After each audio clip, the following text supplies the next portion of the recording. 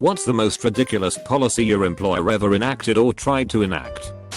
Best Buy had a walk past the customer, like you're doing something else, then turn back and ask them an unrelated question before trying to help policy thing. Walked up on two fellow employees acting it out and asked if they were practicing picking up girls. Shortly after this, they turned it into just asking them a stupid question like, "Hey customer, what's your favorite flavor of ice cream?" Or "Have you ever ridden a donkey?" I'm not exaggerating. My GM asked customers if they have ridden a fucking donkey. You should have seen their faces. My boss wanted photos of us working to put on our social media pages. Only problem was we are photographers, so on every shoot we went on we now had to take two people so one could shoot photos of the other shooting photos. It all stopped when I turned in a photo of my colleague editing a photo of me taking a photo of him. When I worked at Forever 21, we had to show our manager our bags/purses/pockets etc. when we left to go get food, go to the bathroom, or at the end of our shift. This was supposedly to keep theft down. At the time I worked there, I'd been having pretty severe reactions to perfume, so my doctor gave me a special EpiPen to carry around in case I got sick. I had it in my bag, along with a book and some other junk I brought to work. One day I was showing my bag to my manager before my lunch break and she saw the EpiPen. She asked what it was. I told her it was for allergies. She reached into my bag, took my EpiPen, and told me that no needles or drugs were allowed to be used by employees during work hours, as per regulations outlined in the employee code. I signed it higher. I was completely dumbfounded, and in my days asked, "You do know what an EpiPen is, right?" She tells me that she doesn't care. I can't be shooting up in the bathroom on my break. She kept saying it was in the rules, blah blah blah. I talked to mall security. They came and had a screaming match with her. The next day we all had to sign a new employee contract that redacted the previous drug policy and the rule about showing her our purse. I have a buddy who worked for a very large asphalt paving company. His division had approximately 300 employees. Each employee was terminated a week before Christmas and rehired after the new year. They were all forced to take a 2-week vacation and never gained benefits because not one worked a full year. Its support and we were bringing a new company onto our network, had to replace all their computers, provide on-site training, etc. The brand new project manager ordered 100 orange vests, like the ones you see workers on the side of the road wearing. Only these had the words "I can help" in big bold black letters. Get a memo from him saying that it's mandatory that everyone on the site wear them. We meet with him and basically say they are ugly and we will look ridiculous wearing them. It will make us look like a bunch of morons. He decided that he was right and we were wrong, and went right up to the president of our company and demanded that he reprimand us. President decides to give us a visit to see what is up. The project manager is with him, and we pull out the neon orange and green vests. The president turns around and says they are hideous. I won't allow any of my employees to wear those vests. The project manager lasted 1 week and was replaced by another one of our team. The company time clock started rounding to the nearest 15-minute, unannounced. Only it wasn't nearest, it was next 15-minute in the morning and previous 15-minute in the evenings. If you arrived at 7:46 it put you down for arriving 8 AM. If you left at 17:14 then it put you down for 1700 hours. When folks noticed it, they confronted the boss and were told it was to average out the time to get suited up and down at the beginning and end of the shift. We pointed out that suit up time is payable. Then the next day it had quit rounding, unannounced. The 5-second rule. I was a cook at a greasy spoon diner, and if I dropped the meat on the floor, I'd toss it in the trash like any sanitary person would. The boss saw me do that with a sausage patty one morning, and reamed me out for it. He claimed since we mopped the floor every morning and the patty had only been on the linoleum for a few seconds, and I was cooking out all the bacteria anyways, it was perfectly safe and a waste of his money to toss it in the trash. Having to set up their cube with their monitor in the back completely visible, and your back to the opening/aisle. But the overlord who brought forth this great plan had extreme objections to the idea that people with an office, like her, have to set up the same way.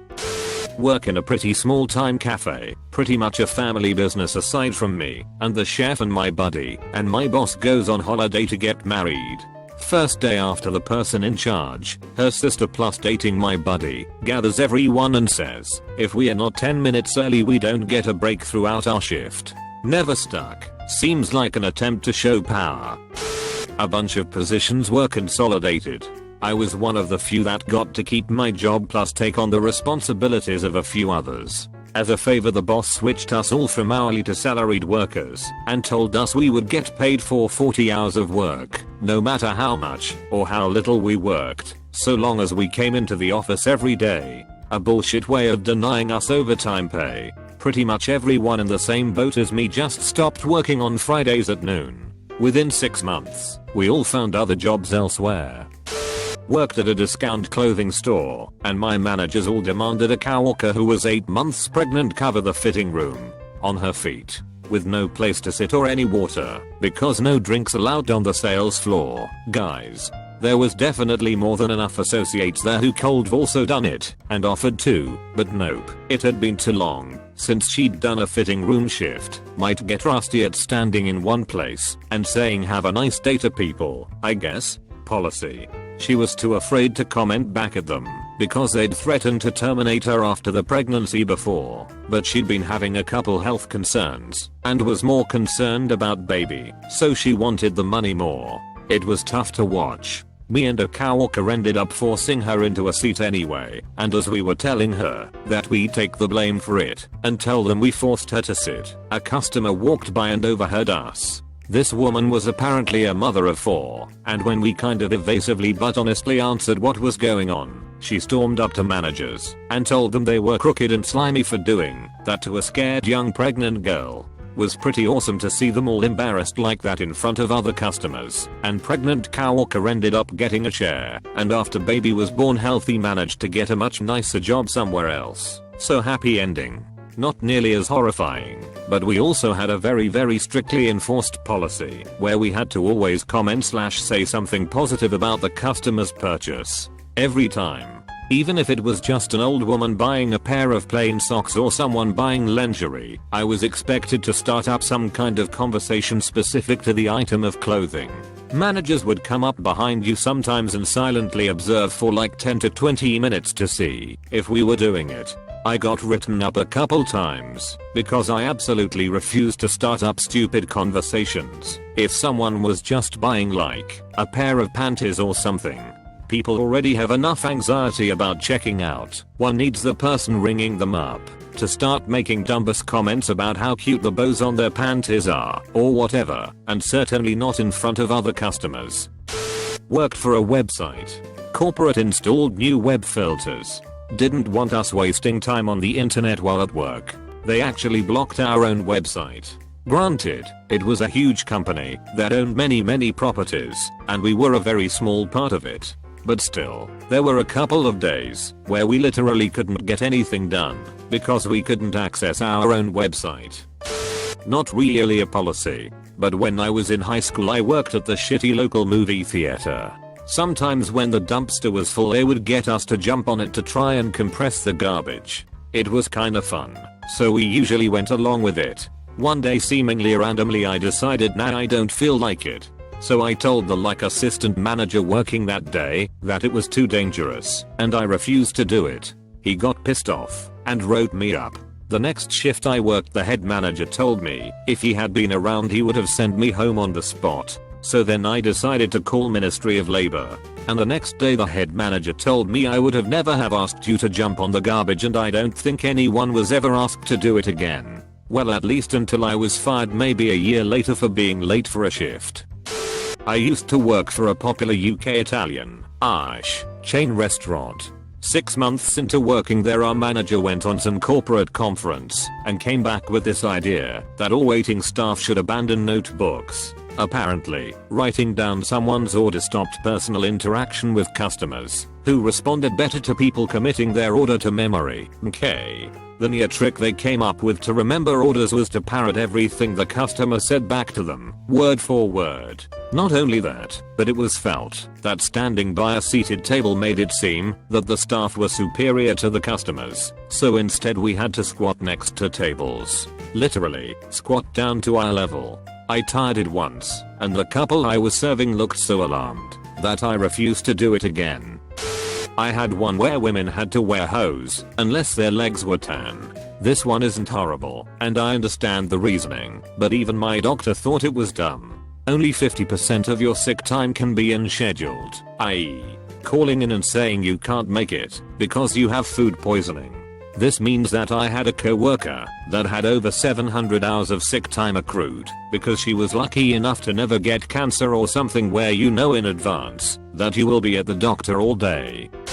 Had a boss tell everyone that if the cash deposit for that day went missing he would take the money out of our paychecks even if we weren't there or if it wasn't our fault. It was a bad system to begin with. He also said he would dock our paychecks if things weren't clean to his specifications. I told the managers they couldn't dock our pay for those things as they were illegal. Luckily they never did, but the management/owner was ridiculous in other ways, i.e. telling me I wasn't worth a raise, manager, and top salesperson making $11 an hour, telling me I would never get any smarter, and that I shouldn't go back to school. I'm getting my master's in science education next year and this week finishing my realtor's license. That guy was a jerk. Worked as a design consultant with a company that had a very strict time schedule. You had to be there at 7:30 am or 8 am, take an hour lunch at 12, and leave at the 9-hour mark, 8 hour plus 1 hour lunch. I realize this sounds petty to gripe about what is effectively a regular work schedule.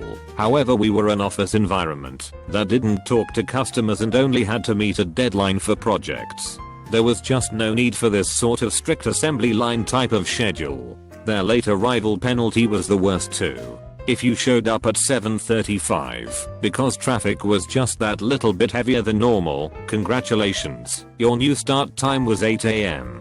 And if you showed up at 7:20, while they didn't directly expect the free 10 minutes, they very heavily encouraged the free time.